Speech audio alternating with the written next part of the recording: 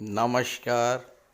बहुत स्वागत है आप सभी दर्शकों का मिथुन राशि के लिए दिसंबर 2024 के राशिफल के इस वीडियो में।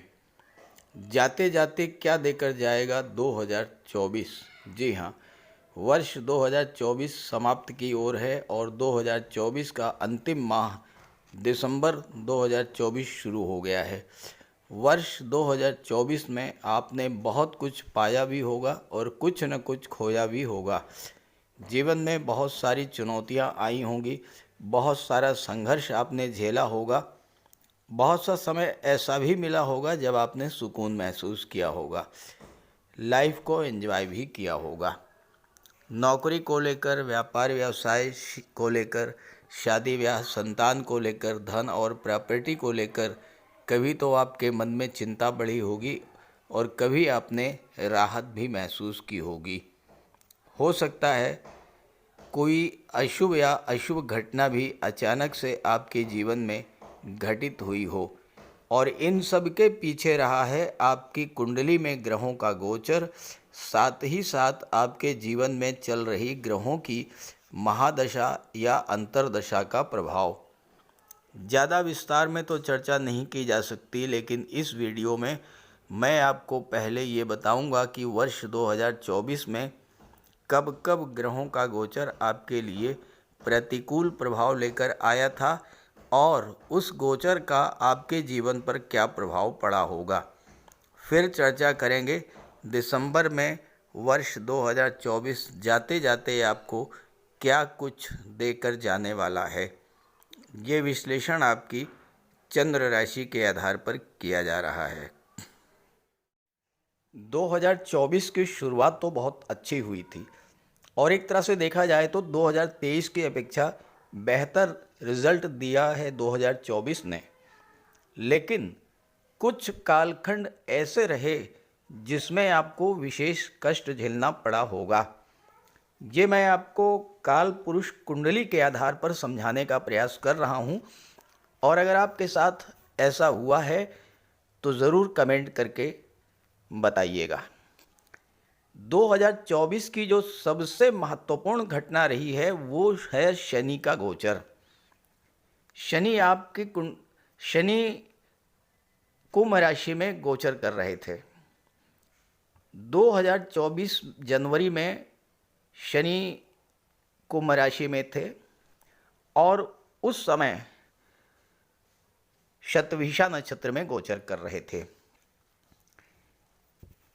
इसके बाद 6 अप्रैल को शनि ने नक्षत्र परिवर्तन किया।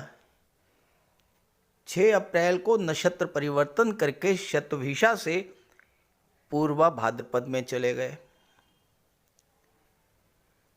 इसके बाद फिर से 3 अक्टूबर को नक्षत्र परिवर्तन किया और शतभिषा में आ गए और 27 दिसंबर को फिर से नक्षत्र परिवर्तन करेंगे और पूर्वा भाद्रपद में आ जाएंगे। तो इस तरह से 2024 में शनिदेव ने 4 बार नक्षत्र परिवर्तन किया। पहले तो शतभिषा में थे, फिर पूर्वा भाद्रपद नक्षत्र में आए, फिर शतभिषा में आए और फिर पूर्वा भाद्रपद नक्षत्र में गोचर करेंगे। इसके अलावा 29 जून को वक्री हुए और 15 नवंबर को वक्री से मार्गी हुए। एक ऐसा ग्रह जो 2.5 वर्षों में एक बार राशि परिवर्तन करता है, अगर एक वर्ष में 4 बार नक्षत्र परिवर्तन करे तो स्वाभाविक है कि हर क्षेत्र में बहुत बड़ी उथल पुथल देखने को मिली होगी। खास करके बिजनेस के मामलों में विशेष अप डाउन्स देखने को मिले होगी, या फिर वो जातक जिनके जीवन में शनि की महादशा या अंतर्दशा गतिमान थी या 7.5 या ढैया गतिमान थी, वो इससे विशेष प्रभावित हुए होंगे।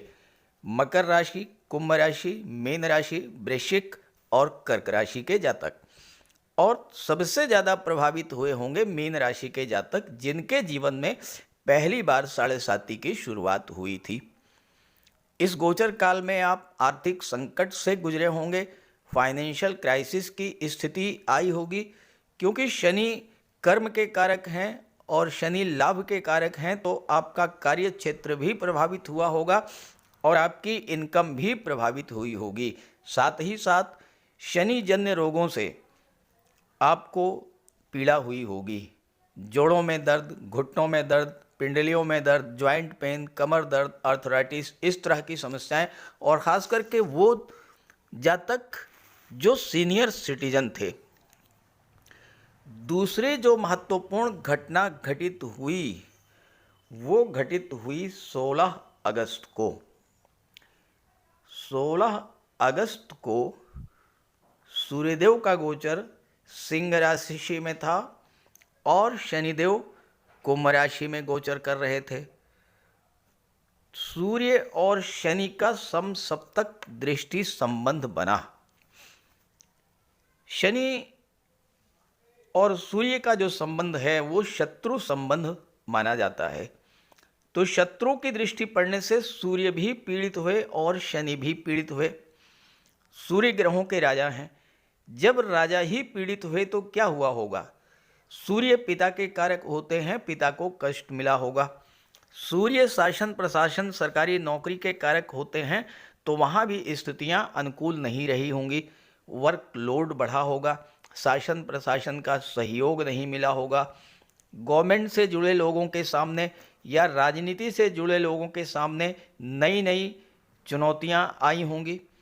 शिक्षा प्रतियोगिता के क्षेत्र में भी देरी हुई होगी।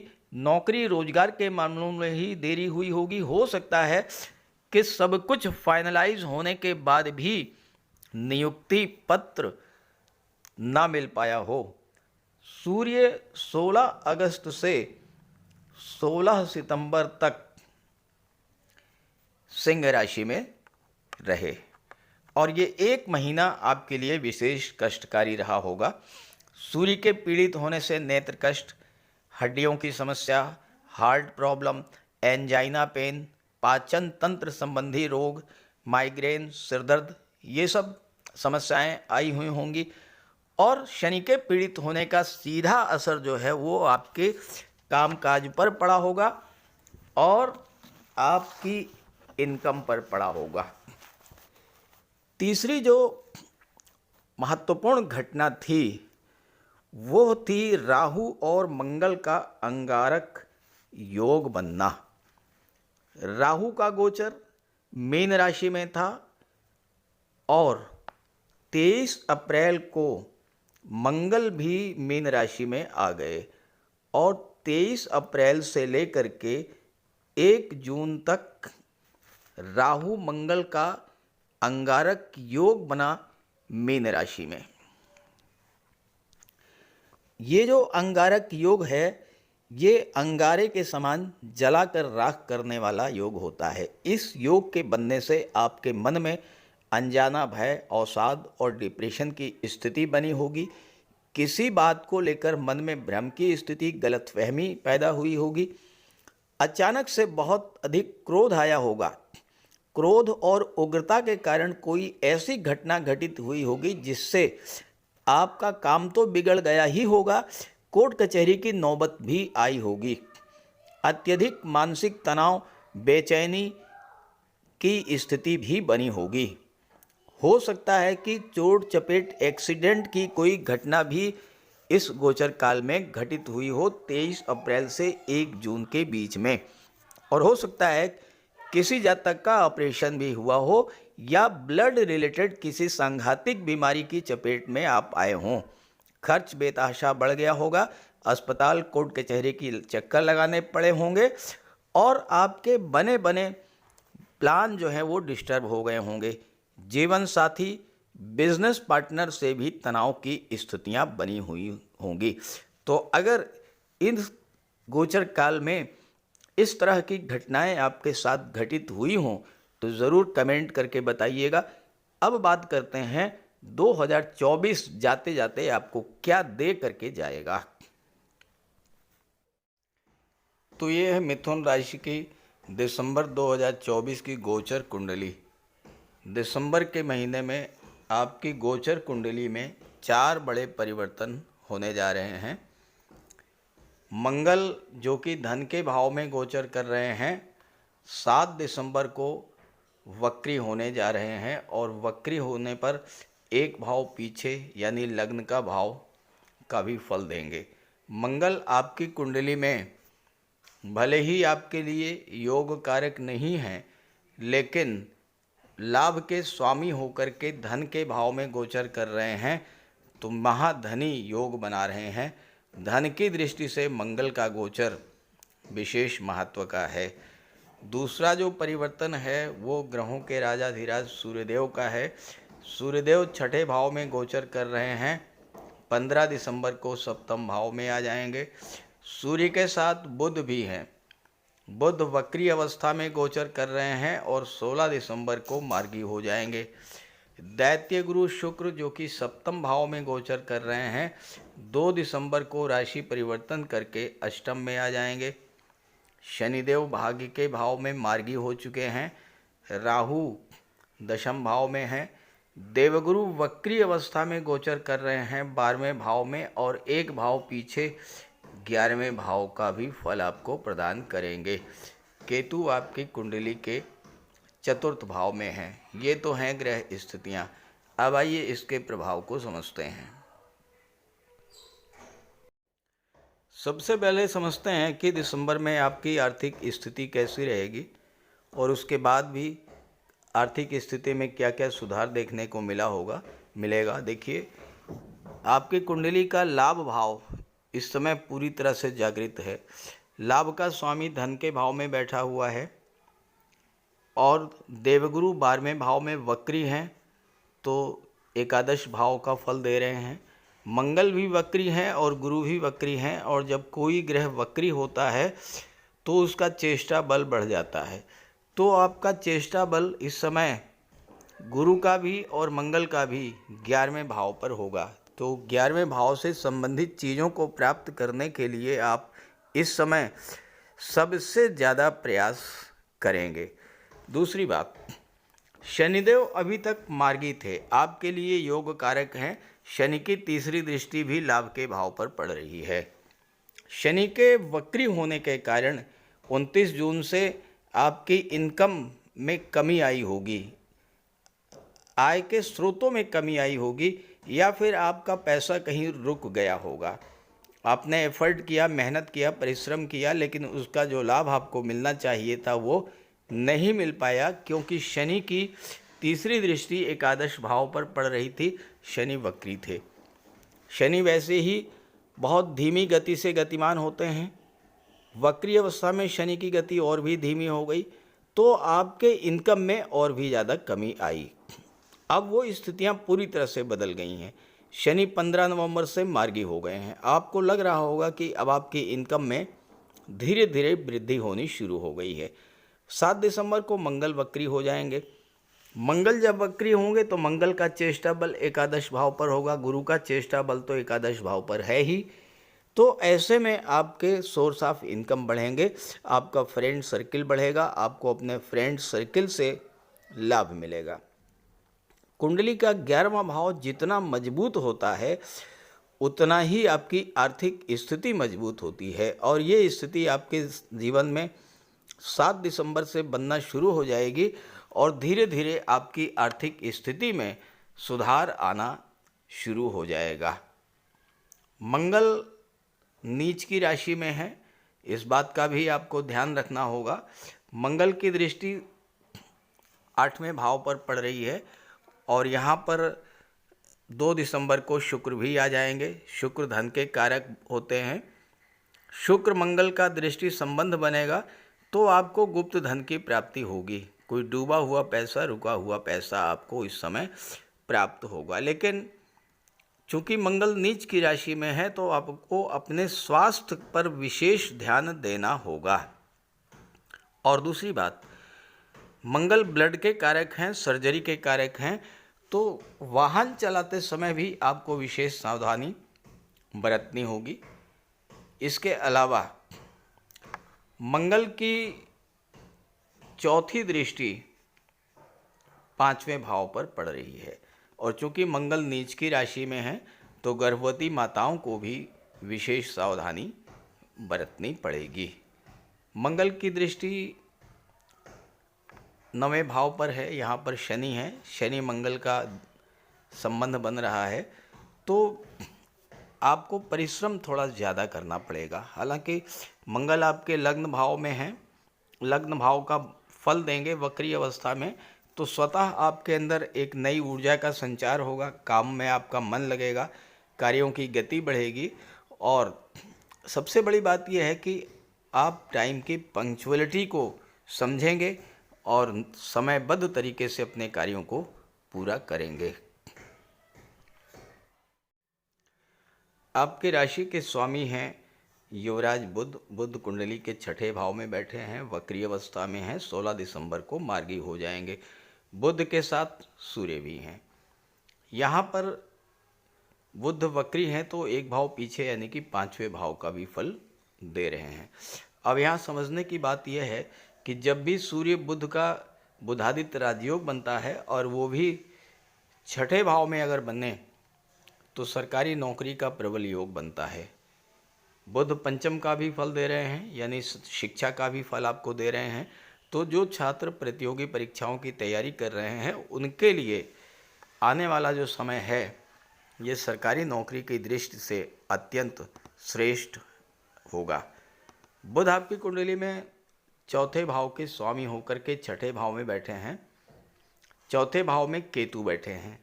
हर आदमी की इच्छा होती है कि उसके पास एक मकान हो, वाहन हो और सुख सुविधा के साधन हो।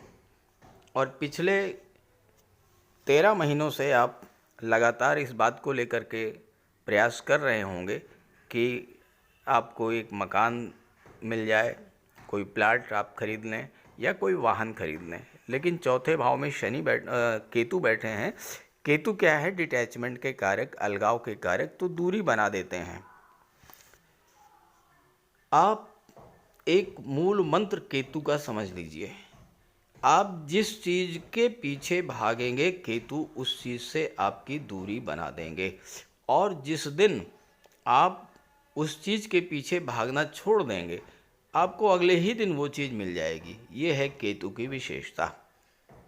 अगर अभी तक आप बड़े घर, बड़े वाहन के सपने देखते हैं रहे, बड़े घर और बड़ा वाहन पाने का प्रयास करते रहे, एक तरह से कहा जाए कि पीछे भागते रहे, तो अब आप पीछे भागना छोड़ दीजिए। आप देखिए केतु आपको वही चीज़, आपको मनोवांछित वस्तु दिला देंगे।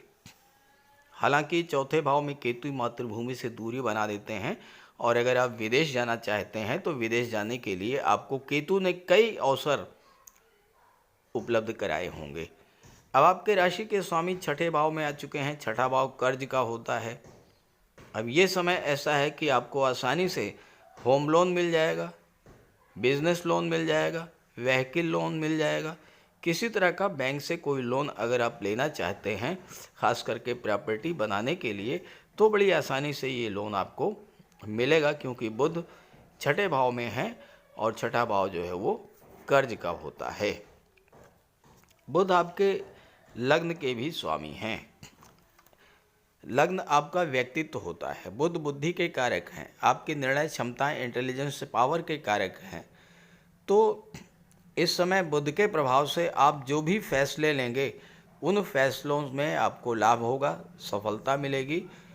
और जो निर्णय अभी तक आप नहीं ले पाए, चाहे वो कैरियर को लेकर, चाहे विवाह को लेकर, संतान को लेकर, धन को लेकर, प्रॉपर्टी को लेकर, किसी तरह का भी कोई डिसीजन पेंडिंग था, आप नहीं तय कर पा रहे थे, तो इस समय आप वो निर्णय ले पाएंगे, क्योंकि बुध के साथ सूर्य का बल है और गुरु बुध का दृष्टि संबंध भी बन रहा है। तो गुरु का ज्ञान भी आपके पास होगा और इस समय आप सही फैसले लेंगे और उसका आपको लाभ मिलेगा। देवगुरु 12वें भाव में बैठे हैं, तो विदेश संबंधी कार्यों में तो आपको सफलता दिलाएंगे ही दिलाएंगे। गुरु दशम भाव के स्वामी हैं, तो आपके कैरियर का विस्तार विदेशों से तक होगा। यानी अगर आप अपने कैरियर की शुरुआत अपनी मातृभूमि से दूर जाकर के किसी दूसरे शहर में किसी दूसरे राज्य में करते हैं तो आपको विशेष धन लाभ होगा। विदेशों में आप सेटल भी हो सकते हैं, क्योंकि राशि के स्वामी चौथे भाव के भी स्वामी हैं। दिसंबर माह में आपके लिए अगर देखा जाए तो राहु का गोचर भी बहुत महत्व का है। विशेष लाभ आपको मिलेगा राहु के गोचर से, क्योंकि राहु बैठे हैं दशम भाव में, आपके कैरियर के भाव में। राहु क्या है? राहु विस्तार के कारक हैं। राहु की कोई लिमिट नहीं है, असीमित विस्तार। और चूंकि धन के भाव पर राहु की दृष्टि है, अगर राहु महाराज की आप पर कृपा हो गई तो असीमित धन भी आपको प्राप्त करा सकते हैं, अचानक से धन लाभ करा सकते हैं राहु। ये है राहु की विशेषता। अब यहाँ पर राहु क्या करेंगे? यहाँ पर राहु ये करेंगे कि आपके कैरियर का, आपके बिजनेस का विस्तार करेंगे, एक्सपेंशन करेंगे। और आपने देखा होगा कि काफ़ी दिनों से आपके कैरियर और बिजनेस का विस्तार धीरे धीरे हो रहा होगा। लेकिन एक बात का ध्यान रखिएगा कि अगर आप अपने बिजनेस को बढ़ाना चाहते हैं, अपने कैरियर की ग्रोथ देखना चाहते हैं, तो राहु सीक्रेसी के कारक होते हैं। सीक्रेसी मेंटेन रखिएगा। आप अपने व्यापार व्यवसाय को बढ़ाने के लिए क्या करने वाले हैं, आपके मन में क्या चल रहा है, क्या प्लानिंग है आपकी, ये भूल करके भी किसी को शेयर मत कीजिएगा।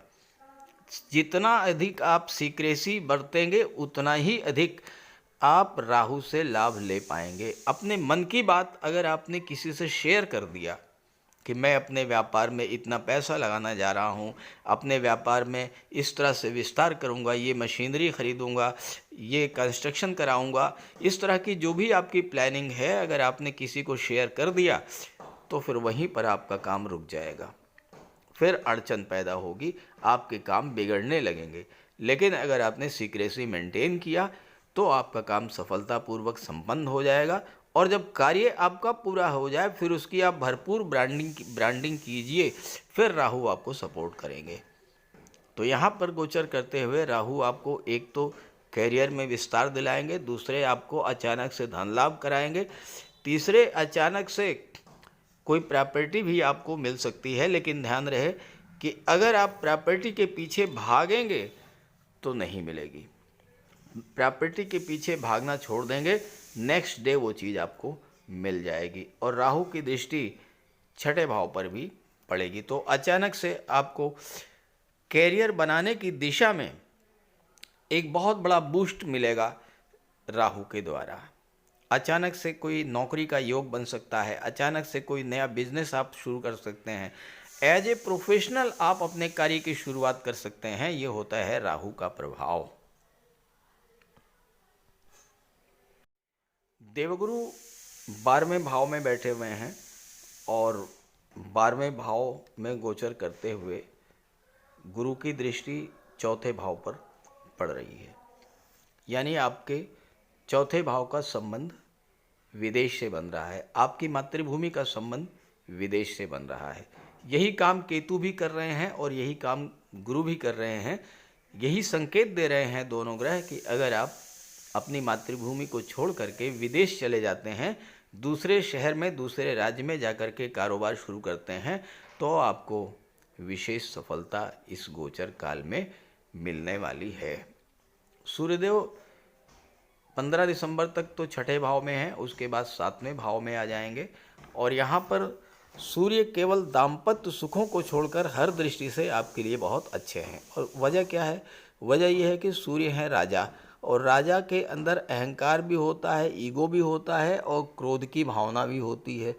तो अगर आप इन तीनों चीज़ों से दूर रहेंगे, क्रोध नहीं करेंगे, अहंकार और ईगो से दूर रहेंगे, मैं ही सब कुछ हूँ, ये भावना अगर आपके मन से निकल जाएगी, अगर आप अपने जीवन साथी का भी पूरा सहयोग करेंगे, अपने जीवन साथी की बात को मानेंगे, उसकी बात को सुनेंगे, ऐसे ही बिजनेस में भी बिजनेस पार्टनर की बात को सुनेंगे, तो सूर्य आपके लिए ज़बरदस्त लाभ देंगे। और छठे भाव में सूर्य जो हैं वो मॉनेटरी गेन के लिए बहुत अच्छे जाने जाते हैं, यानी छठे भाव में अच्छा धन आपको दिला सकते हैं। शुक्र 2 दिसंबर को अष्टम भाव में आ जाएंगे। अब शुक्र आपकी कुंडली में पंचम भाव के स्वामी हैं। अष्टम भाव जो होता है वो परिवर्तन का होता है। शुक्र जो हैं प्रेम के ग्रह हैं। आपकी लव लाइफ में एक परिवर्तन आएगा, लेकिन ध्यान रहे शुक्र 8वें भाव में है, 8वां भाव खराब भाव है, तो लव लाइफ को बना करके भी आपको चलना होगा। मेंटेन रखने के लिए आपको दूसरे पक्ष की, अपने लव पार्टनर की बात को भी सुनना होगा, उसकी बात को समझना होगा। ऐसा नहीं कि आप एक पक्षी रूप से अपनी बात ही उस पर लादने का प्रयास करें। शुक्र दाम्पत्य सुखों के कारक होते हैं, अष्टम भाव में बैठे हैं, 5वें भाव की चीज़ों में परिवर्तन लाएंगे तो आपके लव रिलेशंस को मैरिज में कन्वर्ट करने का भी बहुत अच्छा ये समय रहेगा। क्योंकि 7वें भाव के स्वामी हैं देवगुरु बृहस्पति, 7वें भाव का संबंध जब भी किसी शुभ ग्रह से बनता है तो विवाह का योग बनता है। अब यहाँ पर एक चीज़ आपको समझनी है, बहुत महत्वपूर्ण बात आपको समझाने जा रहा हूँ कि मंगल और शुक्र का समसप्तक दृष्टि संबंध बन रहा है 2 दिसंबर के बाद। मंगल वक्री हैं, मंगल नीच की राशि में है, शुक्र 8वें भाव में है। अब यहाँ 2 चीज़ें समझनी है। मेल फीमेल के बीच आकर्षण बहुत तीव्र गति से बढ़ता है जब मंगल और शुक्र का संबंध बनता है, लेकिन यहीं पर आपको बहुत ज़्यादा सावधान हो जाना होगा नए रिलेशंस बनाते समय। मंगल और शुक्र का दृष्टि संबंध अगर शुभ भाव में बन जाए, केंद्र या त्रिकोण के भाव में बन जाए तो बहुत अच्छा रिजल्ट देता है। लेकिन चूंकि मंगल नीच की राशि में है और शुक्र 8वें भाव में है, इसलिए नेगेटिव रिजल्ट्स मिलेंगे, खराब फल आपको प्राप्त होंगे। तो कोई नया रिलेशन बनाने से पहले, फ्रेंडशिप शुरू करने से पहले बहुत सावधानी के साथ आप शुरू कीजिएगा फ्रेंडशिप। ऐसा ना हो कि आपके साथ कोई चीटिंग हो जाए, कोई धोखा हो जाए। और ख़ास करके साइबर फ्रॉड से तो आपको बहुत ही सावधान रहना है। आपके व्हाट्सएप पर, आपके मोबाइल पर किसी तरह का कोई OTP आता है, भूल करके भी किसी को शेयर मत कीजिएगा, क्योंकि 3रे भाव के स्वामी सूर्य हैं और सूर्य 15 दिसंबर तक 6ठे भाव में रहेंगे। 6ठा भाव संघर्षों का होता है और 3रा भाव संचार माध्यमों का होता है। तो और इस 3रे भाव पर शनि की दृष्टि भी पड़ रही है। तो ऐसे में मीडिया से, सोशल मीडिया से, संचार माध्यमों से जुड़ कर के कोई अगर आप कार्य कर रहे हैं तो अपना पासवर्ड भूल करके भी किसी को शेयर मत कीजिएगा। अगर किसी को शेयर किया है तो तुरंत चेंज कर दीजिएगा। कोई आपसे OTP मांगता है, OTP भूल करके भी शेयर मत कीजिएगा और बहुत सावधान रहिएगा। साइबर फ्रॉड बहुत तेज़ी से बढ़ रहे हैं। तो मिथुन राशि के जातकों के लिए दिसंबर 2024 आपके जीवन में एक बहुत बड़ा सकारात्मक परिवर्तन तो लेकर के आ रहा है, लेकिन कुछ सावधानियां भी जो हैं रखनी होंगी, जो मैंने आपको बताई हैं। अगर आप उन सावधानियों का ध्यान रखते हैं तो दिसंबर से आपके जीवन में एक नई शुरुआत होने जा रही है। तो ये वीडियो, ये जानकारी अपने साथियों मित्रों को भी ज़रूर शेयर कीजिएगा। नमस्कार।